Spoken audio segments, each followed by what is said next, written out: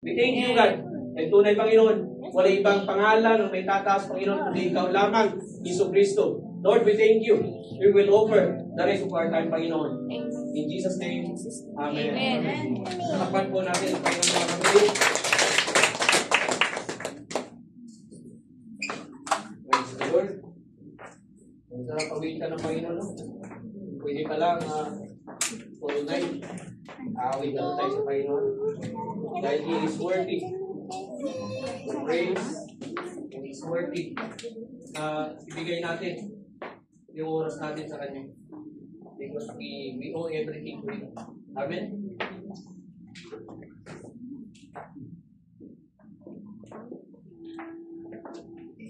And the topic po natin is, matatagpuan po natin one of our statement of faith. Sabi po rito is redemption through His blood. So ano ba yung redemption through His blood? So ang ano po natin is in Ephesians chapter 1 verse 7, in Him we have redemption through His blood, the forgiveness of sins according to the riches of His grace. So what is redemption? Redemption means apollotrosis in Greek, refers supremely to work of Jesus Christ on our behalf, whereby He purchased us, He ransomed us at the price of His own life, securing our deliverance from the bondage and condemnation of sin through redeeming us on His blood. And according to Matthew chapter 20 verse 28, sabi po dyan is, just as the Son of Man did not come to serve, but to serve, to give His life as ransom for many.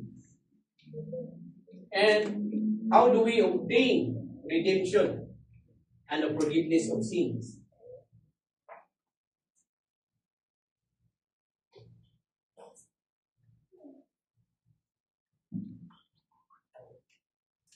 So, here's po is, He satisfies God's justice for our sins. When you come to Jesus in repentance to forgiven for sins, and He received Him by faith into your heart and life as your personal Lord and Savior, the Lord gives you redemption through His blood, even the forgiveness of sins, that means past, present, and future, and even future sins.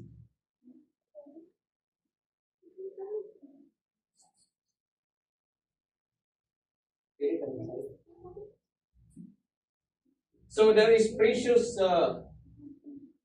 precious words of the believers. Una, redeem. Redeem means the price paid to release a convicted criminal. Next is redemption. Redemption means the process involved Jesus' blood shed at the cross. And redeemer. Of course, redeemer is the person making the payment, which is our Lord Jesus Christ.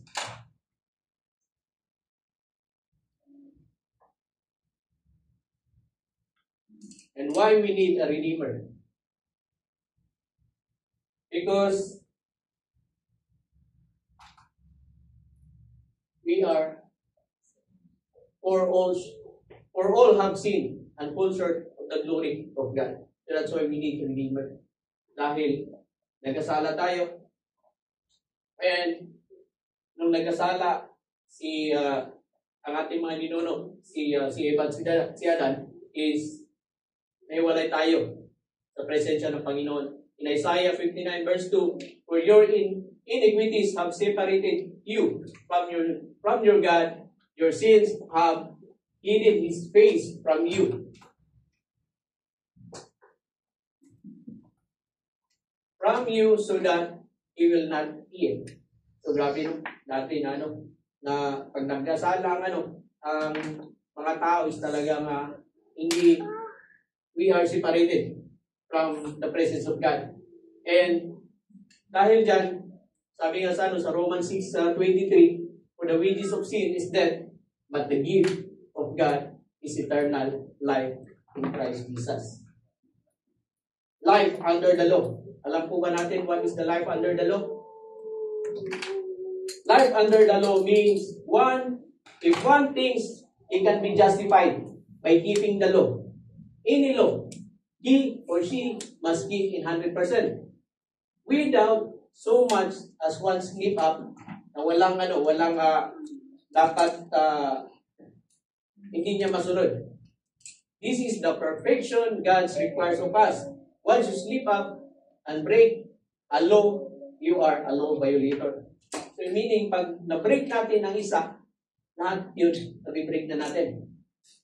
And in need a Savior, the law of Moses was more than 10 commandments. The law contained is 613 precepts to be obeyed, and no one has been able to keep them. And we will not, don't make mistake in thinking that I am so bad. Why?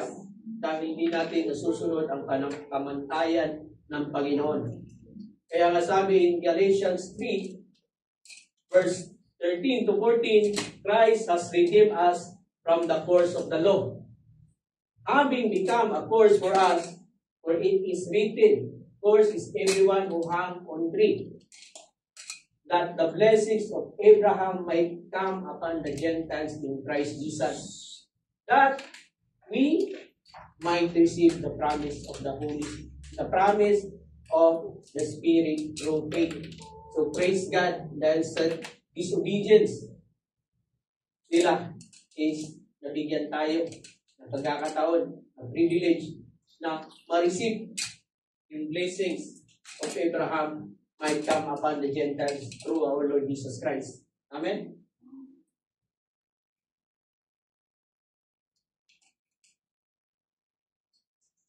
And yan po is, tatalakayin po natin is the purpose of redemption, the cost of redemption, the price of redemption, the place of redemption, the recipient of redemption, and the response to our redemption. Sabi po dito, the purpose of redemption. Ano ba talaga yung purpose ng redemption? The purpose of redemption is forgiveness. Bakit po? Kasi sabi sa in Ephesians 1:7, in Him we have redemption, through His blood, the forgiveness of sins. So, mapapatawad tayo, yung redemption natin is dahil ang purpose nun is to forgive us. And according to Colossians chapter 1, verse 13 to 14, for He has rescued us from the dominion of darkness and brought us into the kingdom of the Son He loves, in whom we have redemption, the forgiveness of sins. Meaning that Jesus Christ rescued us from darkness into light. And wala pong ibang tao ang pwedeng makapag-rescue sa atin from darkness into light, which is our Lord Jesus Christ lang. And in whom we have redemption, the forgiveness of our sins. And the cause of redemption. Ano ba talaga yung cause ng redemption natin? Of course, the riches of God's grace. Sabi nga rin sa Ephesians 1 verse 7 to 8, ibang translation, in Him we have the redemption through His blood, the forgiveness of sins in accordance with the riches of God's grace that He lavished on us with all wisdom and understanding. Sabi yung grace ng Panginoon, sobra-sobra. Ganun tayo, kamahal ng Panginoon. Because of His grace, talagang tinatawad tayo ng hinihilis tayo ng Panginoon. Sabi nga sa Ephesians 2, verse 5, even when we were dead in trespasses, made us alive together with Christ, by grace you have been saved. And verse 8 is, for by grace you have been saved through faith, and not of yourselves. It is the gift of God, not works, lest anyone should boast. So lahat po tayo is sinave ng Panginoon by His grace. So wala po sa atin ang makapag above na sinave ko yung sarili ko because I am worthy, that I am righteous. Because yung salvation na pinagkaloob sa atin ng Panginoon is the gift of God. Amen? And mankind undeserving of grace. Alam niyo ba mga kapatid? Sabi sa Titus Titus 3 verse 3 to 7, for we ourselves were also once foolish, disobedient, deceived, serving various lusts and pleasures, living in malice and envy, hateful, and hating one another. But when the kindness and the love of God, our Savior, toward man appeared, not by works of righteousness which we have done, but according to His mercy, He saved us through the washing of regeneration and renewing of the Holy Spirit, whom He poured out on us abundantly through Jesus Christ our Savior, that having been justified by His grace, we should become heirs according to the hope of eternal life. Amen?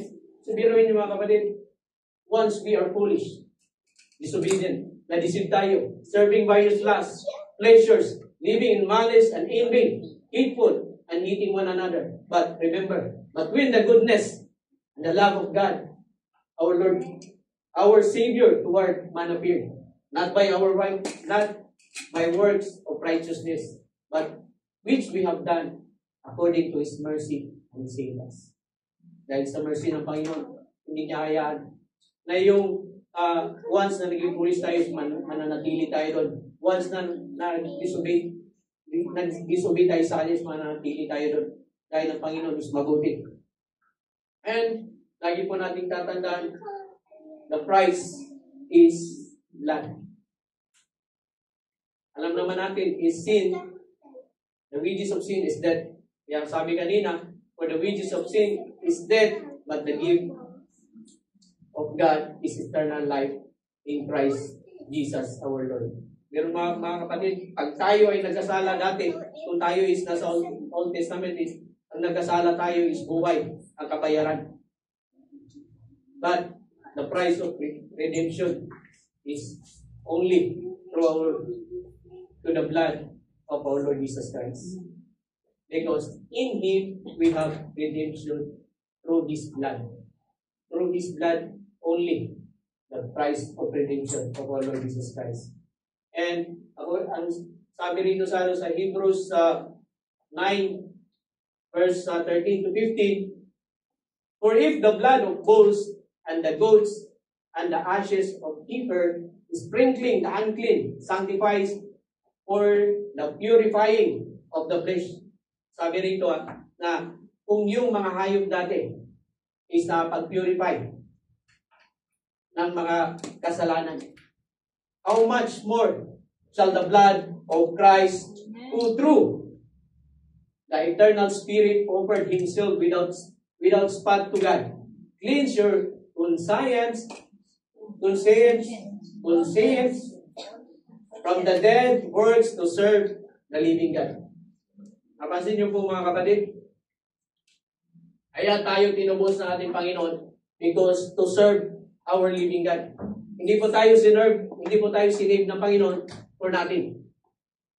Dahil ang sabi ko dyan is nilinis tayo from the dead works to serve the living God. And for this reason, He is the mediator of the new covenant. Kaya hindi po tayo dapat mangamba because our Lord Jesus Christ is our mediator. By means of death, for the redemption of the transgressions under the first covenant, that those who are called may receive the promise of the eternal inheritance. Dahil dati po, mahirap lumapit sa presensya ng Panginoon. But when God gave His life, the veil was torn. Kaya malaya tayo makalapit sa Kanyang presensya. Amen?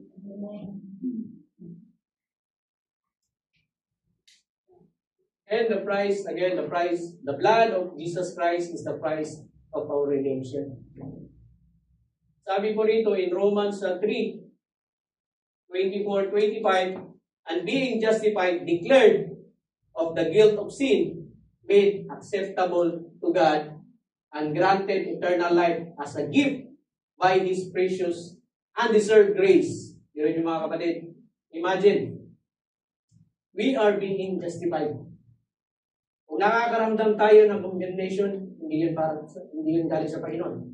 Galing yun sa kalaban, sa Satanas. We must always remember that we are already justified by Christ alone. Through the redemption, the payment for our sins, which provided in Christ Jesus, whom God displayed publicly. God displayed publicly.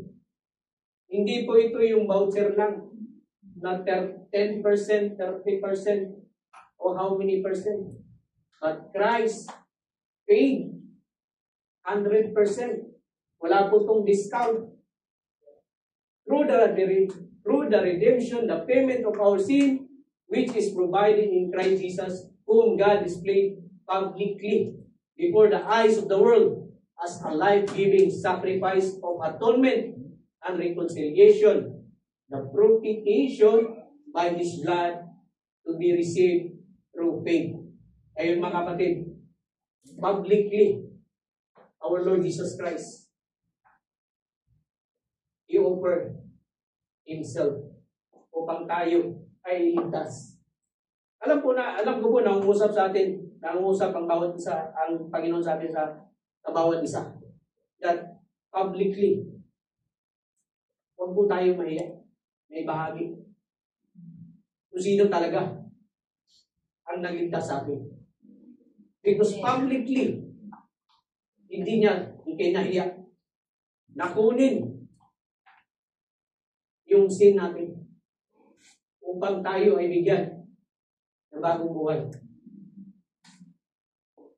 This was demonstrate His righteousness which demand punishment for sin, because in His forbearance He deliberate, restrained, He passed over the sins previously committed before Jesus Christ's crucifixion. Ano yung magiging excuse natin upang hindi bigkasin ang ating mga bibig na alam mo, sister, alam mo, brother, Jesus Christ died for you. Even you don't know. Jesus Christ offered Himself upang ikaw ay maligtas. At mga kapatid, ang gusto ng Panginoon is hindi lang tayo ang dapat mapunta sa langit, kundi lahat ng kanyang nilikha. Kaya tayo, binago ng Panginoon. Gusto rin niya, publicly, na makita niya na kanyang tinawag, ang kanyang binago, ay nagbabahagi ng katotohanan. Amen? And sabi nga rito in 1 Peter chapter 1 verse 18 to 19, you must know, recognize that you were redeemed, ransomed from the useless, fruitless way of living, inherited by tradition from your forefathers, not with the corruptible things such as silver and gold. Nire-recognize po ba natin that we are redeemed? Because if we still not recognize that we are redeemed, panahon na po that we will recognize that we are redeemed by the blood of our Lord Jesus Christ, upang ang kalaban walang hold sa atin. Dahil ang gusto ng Panginoon na malaman natin that from the useless, fruitless way of living, yung namana nating mga tradisyon from our forefathers na nakaugalian natin, nakala natin is tama. At gusto ng Panginoon is we need to recognize that we are redeemed already. But you were purchased with the precious blood of Christ, the Messiah, like that of a sacrificial lamb without blemish or spot. Siguro kung inabot ng panahon na ito, yung nag-aalay yung mga tao ng hayop, siguro hindi ko lang alam kung magkano yung tinitinda ngayon na mga animals without spot. Dahil alam naman talaga natin na kahit nga sibuyas, tinatago nila ng mundo upang magkapera lang. What if pa kaya? Eh ganyan. Lagi na po natin tatandaan mga Biblia. Lamb without blemish or spot is only Jesus Christ. And the redemption price given to all. Sabi rito in Titus 2:11, for the remarkable, undeserved grace, God, and the undeserved grace of God that brings salvation has occurred to all men. Amen? So, yung redemption price given to all, hindi na po sa atin. Kaya nga, ini-equip tayo ng Panginoon na lagi tayong gusto ng Panginoon na we will always meditate His Word day and night upang ibahagi sa mundo na yung salvation is para sa lahat. And the price of redemption we experience through the blood of Jesus. In Romans 5:9-10, much more than having now been justified by His blood, we shall be saved from the wrath through Him. For if, when we were enemies, we were reconciled to God through the death of His Son, much more, having reconciled, we shall be saved by His blood. Imagine mga kapatid, dati, itinuring tayo na kaaway ng amang may likha. But because of the grace of His Son, our Lord Jesus Christ, is na-reconcile tayo. Amen? And the place of redemption. Saan ba talaga natin matatagpuan ang place of redemption? And of course, the place of redemption is only in Christ alone. Amen? Dahil in Him, wala na pong ibang tao na makapag-redeem sa atin. Only in Him, our Lord Jesus Christ. And in Acts 4, verse 11-12, this Jesus, the stone that the builders have rejected, and now He has become the cornerstone. Dati, umiiwas tayo na marinig lamang ang salita ng Panginoon. We reject Him. But, sabi rito, there is no one else who has the power to save us. For there is only one name to whom God has given authority by which we must experience salvation. The name of Jesus. Amen? Wala tayong ibang pangalan na tatawagin. Our Lord Jesus Christ lang. Kaya nga, di ba? Pag tayo ay nangangamba, hold the name of our Lord Jesus Christ, and we will be saved. Amen? And, alam naman natin, wala nang ibang nagsabi na ako ang magdadala sa iyo sa langit, but only Jesus. Because Jesus said that I am the way, the truth, and the life, and no one comes to the Father except through me.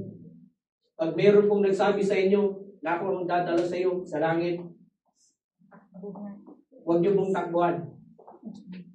Siran niyo ng gospel. It might be that person deceived by the enemies. Kung ikaw ang nakarinig, iparinig mo rin ang katotohanan. Because the truth shall set that people free. Amen? and the recipient of redemption. Praise the Lord. Sino ba ang recipient ng salvation? Redemption, of course, as believers and disciples of Jesus Christ. Amen? Redeemed by the blood of Jesus Christ. Redeemed through His love, mercy, love and infinite mercy. Redeemed because we are children of God. Redeemed and not turning back.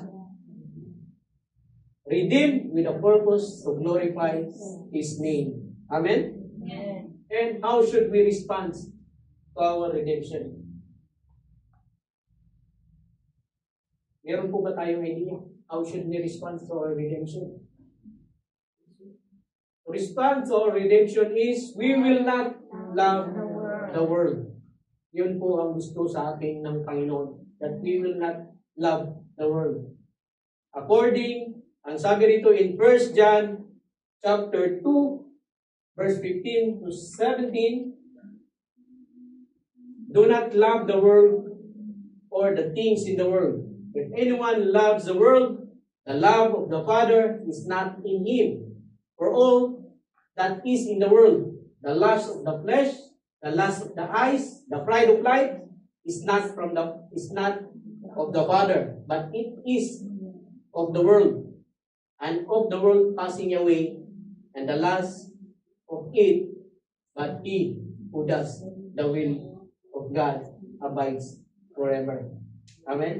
So gusto po ng Panginoon that we will not love the world. Tutulungan po tayo ng Holy Spirit na ma-overcome yung three avenue of sin. Maniwala lang po tayo sa Kanya. Mahirap ang process, but we must believe because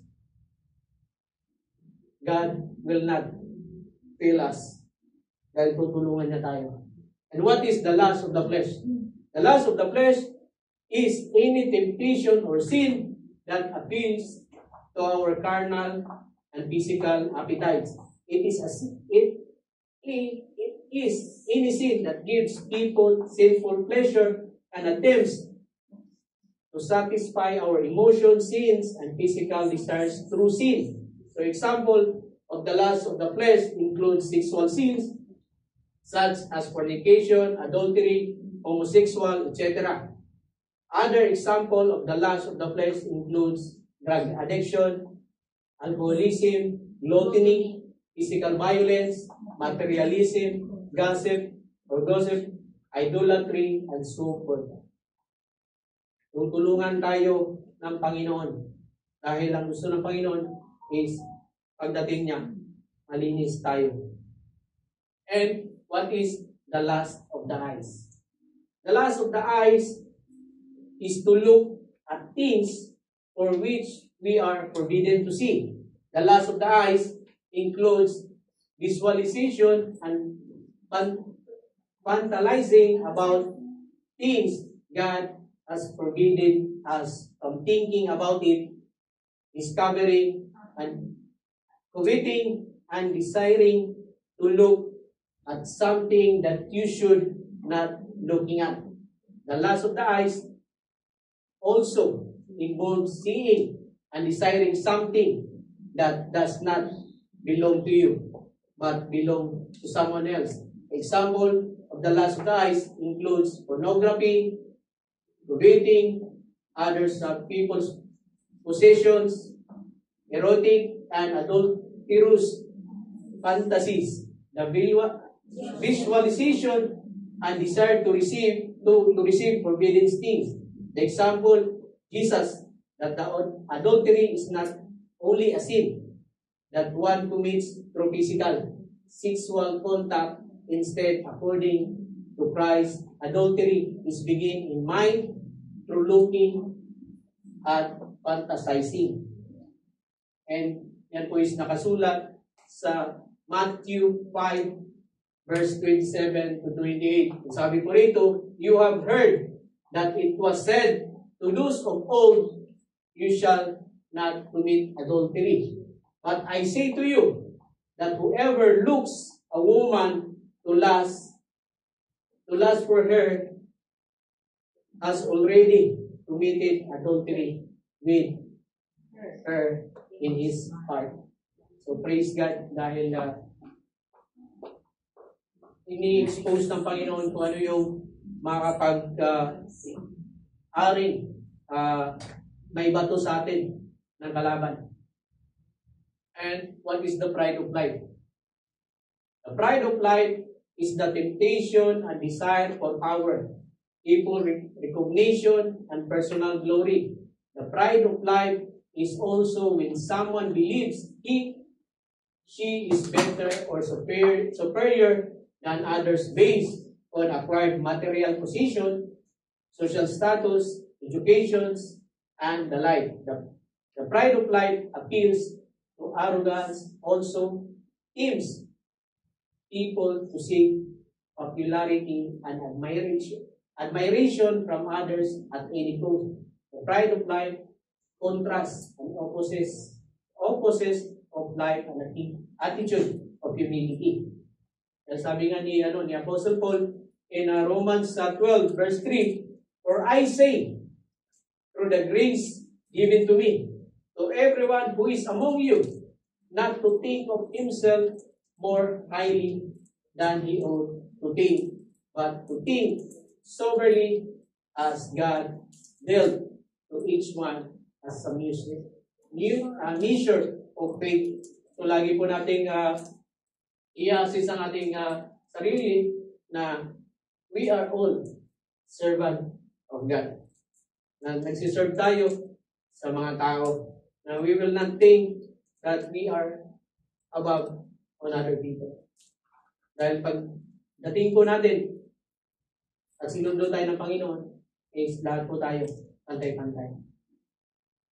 God will judge us accordingly on what we are doing to this earth. Amen? And dito natin maano that yung three avenue of sin is God will help us to defeat. In Acts 3:19 it says, "Now repent of your sins and turn to God, so that your sins may be wiped away." In Isaiah 44 verse 22, "I have swept away your sins like a cloud. I have scattered your offense like the morning mist. Oh, return to me, for I have paid the price you set free." Praise the Lord. Alam niyo mga kapatid, diba sabi nga, that if you confess your sins, God is faithful. He will forgive us. We are expecting that God will forgive us.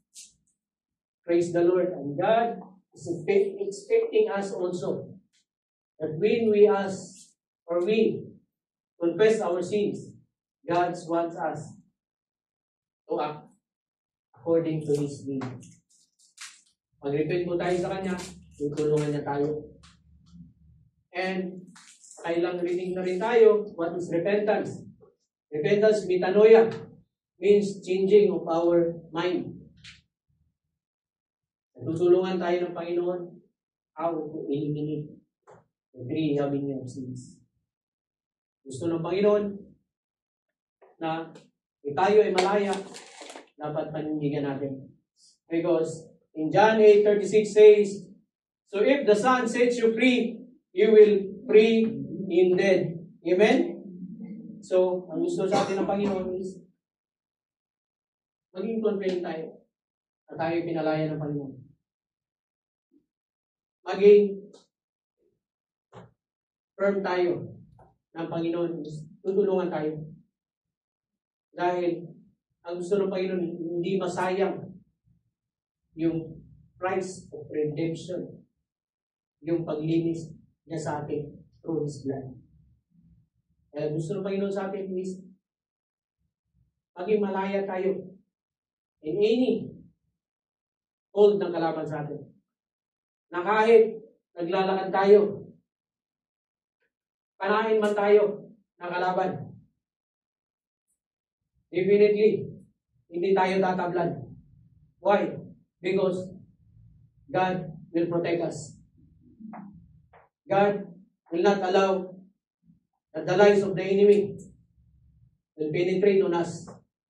Kaya nga sabi dyan, so if the Son sets you free, He will free indeed. Amen?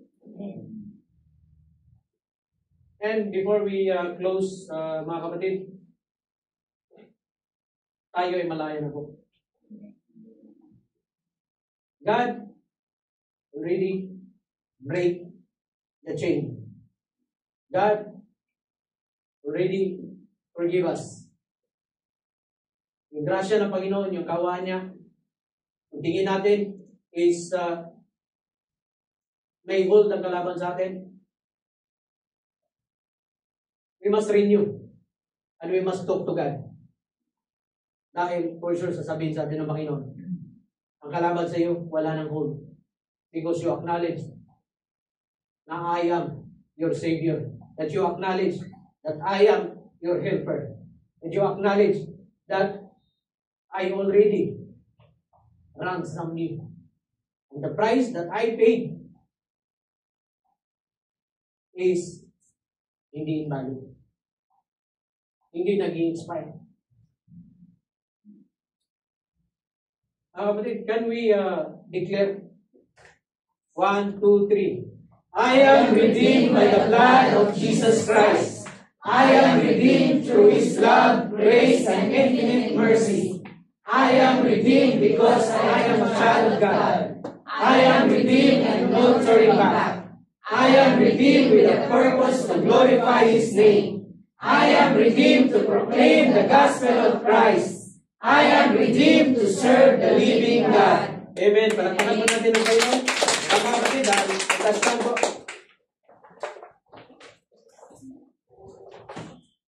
Hallelujah, Panginoon. Maraming salamat sa iyong kabutihan. Tunay nga, Panginoon, na kami ay pinalaya mo, Panginoon. We thank you, Lord, for the redemption of your blood, Panginoon, na malaya kami, Panginoon, at wala nang maaari ibato sa amin ang kalaban. Lord, tulungan mo kami, Panginoon, sa tuwing mayroong mga lies ang kalaban, Panginoon. We thank you, Lord, dahil bibigyan mo kami, Panginoon, ng strong conviction, Panginoon, that we will always submit to you. And we will resist, Panginoon, the temptation, and the devil will flee, Panginoon. Lord, maraming salamat, O God. Dala dyan ng Holy Spirit, Panginoon, na lagi magagabay sa amin. Because, Lord, He is our helper. He is our advocate, Panginoon. At maraming salamat, O God, dahil hindi ka nagsasawa sa amin, Panginoon, na kami ay iyong gabayan, Panginoon. Lord, we thank you for guiding us, Panginoon, to the paths of your righteousness, Panginoon. We thank you, God, dahil tunay nga na kung ano man, kung gaano man kalaki ang aming kasalanan, Panginoon, dati. But Lord, ang iyong grasya, ang iyong kaawaan, Panginoon, ay sobra-sobra, hindi mapapantayan, Panginoon. And dahil sa iyong pagmamahal, O God, mananatili kaming tatayo, O God. Because Lord, alam namin na kami ay nilinis mo, Panginoon. Alam namin, Panginoon, na kami ay andito, Panginoon, dahil tinanggap mo kami, Panginoon. At kakalimutan namin, Panginoon, kung ano man na nagawa namin noong nakaraan, Panginoon. At gusto mo na mag-focus kami at maserve namin ang aming purpose, Panginoon. Lord, maraming salamat dahil ang bawat isa, Panginoon, ay gagamitin mo, Panginoon, upang maging servant mo, Panginoon, to expand your kingdom here on earth, Panginoon. Lord, we thank you sa pagmamahal. Maraming salamat, Panginoon, sa iyong mga salita na hindi, Panginoon, victory upon victory, Panginoon, ang na-receive namin ngayong gabi, Panginoon. Lord, we thank you. We glorify your name. In Jesus' name, Amen. Alam niyo po, mga kapatid, na ang ating Panginoon is hindi nagsasawa sa atin na tayo ay hindi tayo. If we have skill. Wala tayong alam na tayo ay pinatawadan ng Panginoon. Hindi natin alam na tayo ay mahal ng Panginoon. Let us come into the altar of God. Kung gusto ng Panginoon sa atin, maramdaman natin na hindi tayo iba. Dahil tayo ay tinawag ng Panginoon. Sabi nga sa kanyang salita, that for God so loved the world, that He gave His only begotten Son, and whoever believes in Him should not perish, but have eternal life. Ate, anong pangalan mo? Praise God. Alam mo, ate, mahal ka ng Panginoon. He sent you in the right place. Kaya ka dito, because He knows who you are. Kaya ka dito, dahil gusto ng Panginoon, you must believe in Him. The principle to accept God is only to believe. Wala akong mawawala sa iyo. Pero, matindi ay babalik sa iyo ng Panginoon. Why? The eternal life. Yung eternal life, matatagpuan mo lang sa kanyang presensya. Ang gusto ng Panginoon sa atin is, hanapin natin. Sabi nga, in Romans 10, 9 to 10, if you declare with your mouth, Jesus is Lord, and believes in your heart that God raised Him from the dead, you will be saved. For it is with your heart that you believe and justified, and it is with your mouth that you profess your faith and be saved. Maniwala ka na buong puso that Jesus Christ is your personal Lord and Savior. Huwag mo isipin kung ano ang nagawa mo dati. Isipin mo ngayon na ikaw ay papatawarin ng Panginoon. Ikaw ay po ating mahal ng Panginoon. Handa ka po bang hanapin Jesus Cristo as your personal Lord and Savior? Praise the Lord. Sundan mo na po sa next na panalangin. Ariin mo itong panalangin as your personal prayer. Amang nasa langit, maraming salamat sa gabing ito.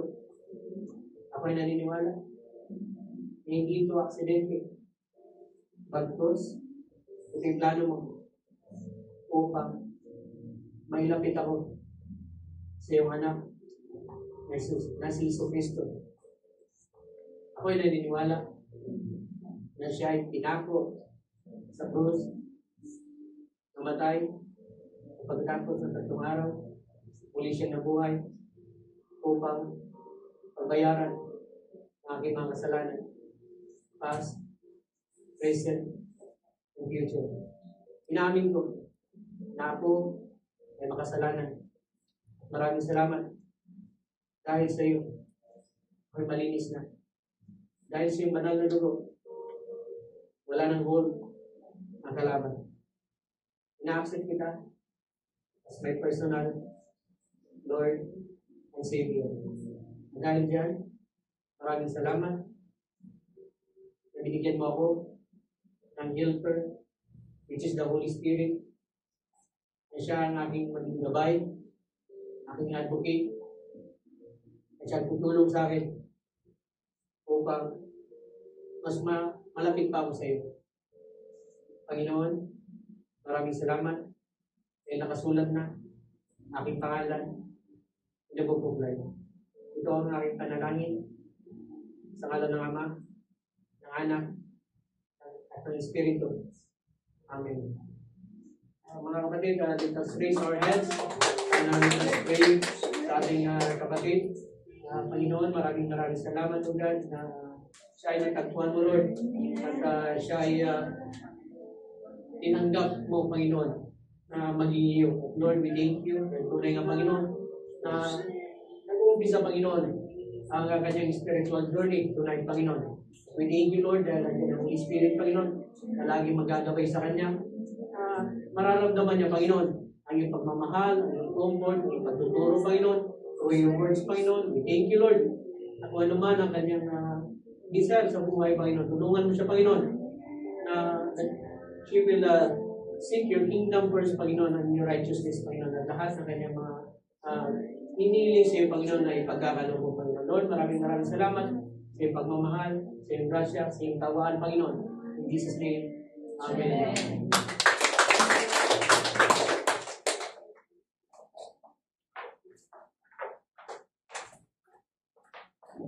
God, ano po yung maupo? Lord, sabi si Lord, no? Let's have once again, let's give salamat po sa sabi nga, the redemption blood of our Lord Jesus. Grabe, no? That's the only blood that is holy. It's the only